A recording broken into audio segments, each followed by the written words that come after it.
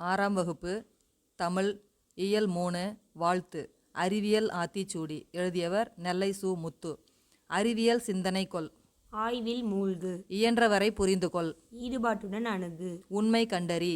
ஊக்கம் வெற்றி தரும். என்றும் அறிவியலே வெல்லும். ஏன் என்று கேள். ஐயம் தெளிந்து சொல். ஒருமித்து செயல்படு. ஓய்வற உழை. ஔடதமாம் அனுபவம். சொல்லும் பொருளும். இயன்றவரை. முடிந்தவரை. ஒருமித்து. ஒன்றுபட்டு. ஔடதம். மருந்து. எதிர்ச்சொல். அணுகு. விலகு. ஐயம். தெளிவு. ஊக்கம். சோர்வு. உண்மை. பொய்மை. தம்மை ஒத்த அலைநிலத்தில் சிந்திப்பவர் என்று மேதகு அப்துல் கலாம் அவர்களால் பாராட்டப்பட்டவர் நெல்லை சு. முத்து அவர்கள். நெல்லை சு. முத்து பணிபுரிந்த இடங்கள்: விக்ரம் சாராபாய் விண்வெளி மையம், திருவனந்தபுரம், கேரளா. சதீஷ் தவான் விண்வெளி மையம், ஸ்ரீஹரிகோட்டா, ஆந்திரா. இந்தியா விண்வெளி மையம், பெங்களூர். இந்திய விண்வெளி திட்டத்தின் தந்தை விக்ரம் சாராபாய். 1975 முதல் சேட்டலைட் விண்ணில் ஏவப்பட்டது. அதனுடைய பெயர் ஆரியப்பட்டா. இந்திய வானியல் ஆய்வு நூல் ஆரியப்பட்டியம் இது 5-6ஆம் நூற்றாண்டில் வெளியிடப்பட்டது. சைட் அப்படின்னு சொல்கிற அதனுடைய விரிவாக்கம் satellite instructional television experiment. 1957 Russia Sputnik 1 அப்படிங்கிற ஏவுகணையை வச்சு 1957 ஸ்புட்னிக் 2 அதில் லைக்கா அப்படிங்கிற நாய் வச்சு அனுப்புனாங்க. சந்திராயன் 1 22 அக்டோபர் 2008 விண்ணில் ஏவணும். சந்திராயன் 2 22 ஜூலை 2019 விண்ணில் செலுத்தணும். நெல்லை சு. முத்துவின் படைப்புகள்: அறிவியல் கவிதைகள், கட்டுரைகள், 80க்கும் மேற்பட்ட நூல்கள். உடல் நோய்க்கு டேஸ் தேவை. ஔடதம் தேவை. நண்பர்களுடன் டேஸ் விளையாடு. ஒருமித்து விளையாடு. கவிதை: அறிவியலால் ஆள்வோம். வானை அளப்போம், கடல் மீனை அளப்போம், சந்திர மண்டலத்தியல் கண்டு தெளிவோம், சந்தி தெரு பெருக்கும் சாத்திரம் கற்போம். இப்பாடலின் ஆசிரியர் மகாகவி பாரதியார். அவன் எப்போதும் உண்மையே பேசுகிறான், உரைக்கின்றான். உரைநடை: கணியனின் நண்பன். ரோபோ என்ற சொல்லை முதலில் பயன்படுத்தியவர் கார்ல் கஃபெக். செக் நாட்டைச் சேர்ந்த நாடக ஆசிரியர் இவர். 1920 தாம் எழுதிய நாடகத்தில் ரோபோ என்ற சொல்லை முதலில் பயன்படுத்தியுள்ளார். ரோபோ என்ற சொல்லின் பொருள் அடிமை. மனித முயற்சிகளுக்கு மாற்றாக தானே இயங்கும் எந்திரம் தானியங்கி எந்திரமாகும். இவை தோற்றத்தில் மனிதர் போல இல்லாமலும் இருக்கலாம், ஆனால் மனிதர்களைப் போல செயல்களை நிறைவேற்றும் என்று தானியங்கிகளுக்கு விளக்கம் தருவது பிரிட்டானிக்கா கலைக்களஞ்சியம். 1997 மே மாதம் நடந்த சதுரங்க போட்டியில் உலக சதுரங்க வெற்றியாளரான கேரி காஸ்பரோவை தோற்கடித்த மீத்திறன் கணினியின் பெயர் டீப் ப்ளூ. டீப் ப்ளூவை உருவாக்கிய நிறுவனம் IBM. உலகிலேயே முதலாக ரோபோவுக்கு குடியுரிமை வழங்கிய நாடு சவுதி அரேபியா. குடியுரிமை பெற்ற ரோபோவின் பெயர் சோபியா. ரோபோ சோஃபியாவுக்கு ஐநா வழங்கிய பட்டம் புதுமைகளின் வெற்றியாளர். உயிரில்லாத ஒரு பொருளுக்கு ஐநா சபை பட்டம் வழங்குவது இதுவே முதல் முறை. நுட்பமாக சிந்தித்து அறிவது நுண்ணறிவு. தானியங்கிகளுக்கும் எந்திர மனிதர்களுக்கும் இடையே உள்ள முக்கிய வேறுபாடு செயற்கை நுண்ணறிவு. விரிவானம். ஒளி பிறந்தது. குழந்தைகளிடமும் மாணவர்களிடமும் மிகுந்த அன்பு காட்டியவர் மறைந்த மேனாள் குடியரசுத் தலைவர் மேதகு அப்துல் கலாம். அப்துல் கலாம் அவர்களின் கனவு எதிர்காலம் பற்றி கனவு கண்டு அதை அடைய வேண்டும். அப்துல் கலாம் அவர்களுக்கு மிகவும் பிடித்த புத்தகம் எது? தமிழில் திருக்குறள்.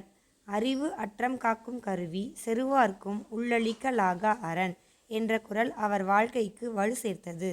அப்துல் கலாம் அவர்களுக்கு மிகவும் பிடித்த நூல் லிலியன் வாட்சன் எழுதிய விளக்குகள் பல தந்த ஒளி, லைட்ஸ் ஃப்ரம் மெனி லேம்ப்ஸ். போலியோவினால் பாதிக்கப்பட்டவர்களுக்கு 3 கிலோகிராம் எடையுள்ள செயற்கை கால்களுக்கு பதிலாக 300 கிராம் எடையில் செயற்கை கால்கள் டேஸ் இலையால் அப்துல் கலாம் அவர்கள் உருவாக்கினார். கார்பன் இழையால் உருவாக்கினார். அப்துல் கலாம் அவர்கள் செலுத்திய ஏவுகணைகள் அக்னி, பிருத்திவி. டேஸ் கிலோகிராம் எடையுள்ள ஆளில்லா செயற்கைக்கோளை இந்தியா நிலவுக்கு அனுப்பியுள்ளது. 525 கிலோகிராம் எடையுள்ள செயற்கைக்கோளை இந்தியா நிலவுக்கு அனுப்பியுள்ளது. அறிவியலின் அடிப்படையாக அப்துல் கலாம் குறிப்பிடுவது கேள்வி கேட்கும் மனப்பான்மையை. கேள்வி கேட்கும் ஒவ்வொரு குழந்தையும் விஞ்ஞானிதான் என்று கூறியவர் அப்துல் கலாம். வெற்றியை அடையும் வழியாக அப்துல் கலாம் கூறுவன: அறிவை வளர்க்கும் அனைவரின் பேச்சையும் கவனியுங்கள். வியர்வை வியர்வை வியர்வை. கனவு காணுங்கள் என்பது யாருடைய பொன்மொழி? அப்துல் கலாம். அப்துல் கலாம் பிறந்த நாள் அக்டோபர் 15, 1931. அப்துல் கலாம் மறைந்த நாள் ஜூலை 27, 2015. இவர் ஃபிசிக்ஸ் வந்து செயின்ட் ஜோசப் காலேஜ் திருச்சியில் வந்து ஃபிசிக்ஸ் படிச்சிருக்காரு. MIT சென்னையில் ஸ்பேஸ் இன்ஜினியர் முடிச்சிருக்காரு. அக்டோபர் 15 உலக மாணவர் தினமாக நம்ம கொண்டாடிட்டு இருக்கோம். 11வது குடியரசுத் தலைவராக செயல்பட்டிருக்காரு. தமிழ்நாட்டில் ராமேஸ்வரம் அப்படிங்கிற ஊரில் தான் பிறந்திருக்காரு. இவருடைய புக்ஸ் அப்படின்னு பார்த்தோன்னா இந்தியா 2020, அக்னி சிறகுகள். இவரோட டேர்னிங் பாயிண்ட்ஸ் லூமினஸ் ஸ்பார்க், எழுச்சி தீப்பொறிகள் அப்படிங்கிறத வந்து தமிழில் சிவலிங்கம் எழுதியிருக்காரு. மிஷன் இந்தியா அப்படிங்கிற நூலும் எழுதியிருக்காரு. இலக்கணம் மொழி முதல் இறுதி எழுத்துக்கள். மொழி என்பதன் பொருள் சொல். சொல்லின் முதலில் வரும் எழுத்துக்கள். மொழி முதல் எழுத்துக்கள். சொல்லின் முதலில் வரும் எழுத்துக்கள் எவை? உயிரெழுத்துக்கள் 12ம் கசர கச த ந பாமா வரிசையில் உள்ள எல்லா உயிர்மெய் எழுத்துக்களும். ஞ ந ய வ வரிசையில் சில எழுத்துக்கள் மட்டுமே. ஞ மட்டும், அதாவது ஞனம் அப்படின்னு சொல்லுவோம். ஞ ஞா ஞே ஞோ 4 எழுத்துக்களும். ய யா யு யூ யோ யவ் ஆகிய 6 எழுத்துக்களும். வ வா வி வி வே வே வை ஆகிய 7 எழுத்துக்களும் மொழியில் முதலில் வரும். மொழிக்கு முதலில் வராத எழுத்துக்கள் ட நா ரா லா ழா லா ரா நா அக்கு. இதெல்லாமே வந்து மொழி முதல்ல வராது. மொழி இறுதி எழுத்துக்கள். உயிரெழுத்துக்கள் 12ம் மெய்யுடனும் இணைந்து உயிர்மெய்யாக மட்டுமே மொழி இறுதியில் வரும். உயிரெழுத்துக்கள் தனித்து மொழி இறுதியில் வராது. அது மட்டும் இல்லாமல் இன் இன் இந்த் இம் இ இர் இல் இவ் இல் இல் இன் ஆகிய 11 மெய்களும் வந்து மொழி இறுதியில் வரும். மொழி இறுதியில் வராத எழுத்துக்கள். சொல்லின் இறுதியில் உயிரெழுத்துக்கள் தனித்து வருவதில்லை. அளபெடையில் உயிரெழுத்துக்கள் சொல்லின் இறுதியில் வரும். அக்கு ஆயுத எழுத்து சொல்லின் இறுதியில் வராது. இக்கு இங்கு இச்சு இட்டு இத்து இப்பு இரு ஆகிய 7 மெய்களும் சொல்லின் இறுதியில் வராது. ஏகார வரிசையில் எந்த எழுத்தும் இறுதியில் வராது. நோ தவிர ஓகார வரிசையில் பிற எழுத்துக்கள் இறுதியில் வராது. நோ அப்படிங்கிற ஓரெழுத்து ஒரு மொழியோட பொருள் துன்பம். சொல்லின் இடையில் வரக்கூடிய எழுத்துக்கள் மெய்யெழுத்து 18ம் வரும். உயிர்மெய் எழுத்துக்களும் சொல்லின் இடையில் வரும். ஆயுத எழுத்து சொல்லின் இடையில் மட்டுமே வரும். அளபெடையில் மட்டுமே உயிரெழுத்துக்கள் சொல்லின் இடையில் வரும்.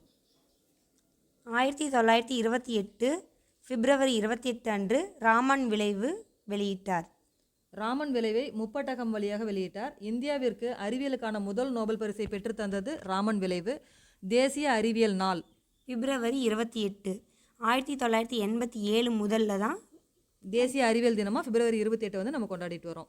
Sir CV. ராமனுக்கு நோபல் பரிசை பெற்றுத்தந்த கேள்வி கடல் நீர் ஏன் நீல நிறமாக காட்சியளிக்கிறது. இந்த கேள்வி தான் ராமனுக்கு வந்து நோபல் பரிசை பெற்றுக் கொடுத்தது. 1921 Europe to India Mediterranean C அப்படிங்கிற கடலில் தான் வந்துட்டு இந்த ராமன் விளைவு முதல்ல கண்டுபிடிச்சாரு. 1929 சர்பட்டம் வாங்குறாரு. 10/12/1930 நோபல் பரிசு கொடுக்குறாங்க. 1954 பாரத ரத்னா விருது வாங்குறாரு. 1970 இறந்துடுறாரு. கலைச்சொற்கள் செயற்கை நுண்ணறிவு, ஆர்டிஃபிஷியல் இன்டெலிஜென்ஸ், மின் படிக்கட்டு, எஸ்கலேட்டர், குறுந்தகடு, காம்பேக்ட் டிஸ்க், மின் நூலகம், இ லைப்ரரி, மின் நூல், இ புக்ஸ், மின் இதழ்கள், இ மேகசின், ரசீது, பற்றுச்சீட்டு, ரிசிப்ட், சிற்பங்கள், ஸ்கல்ப்சர்ஸ், சில்லுகள், சிப்ஸ், ஆயத்த ஆடை, ரெடிமேட் ட்ரெஸ், அறக்கட்டளை, ட்ரஸ்ட், தன்னார்வலர், வாலண்டியர்,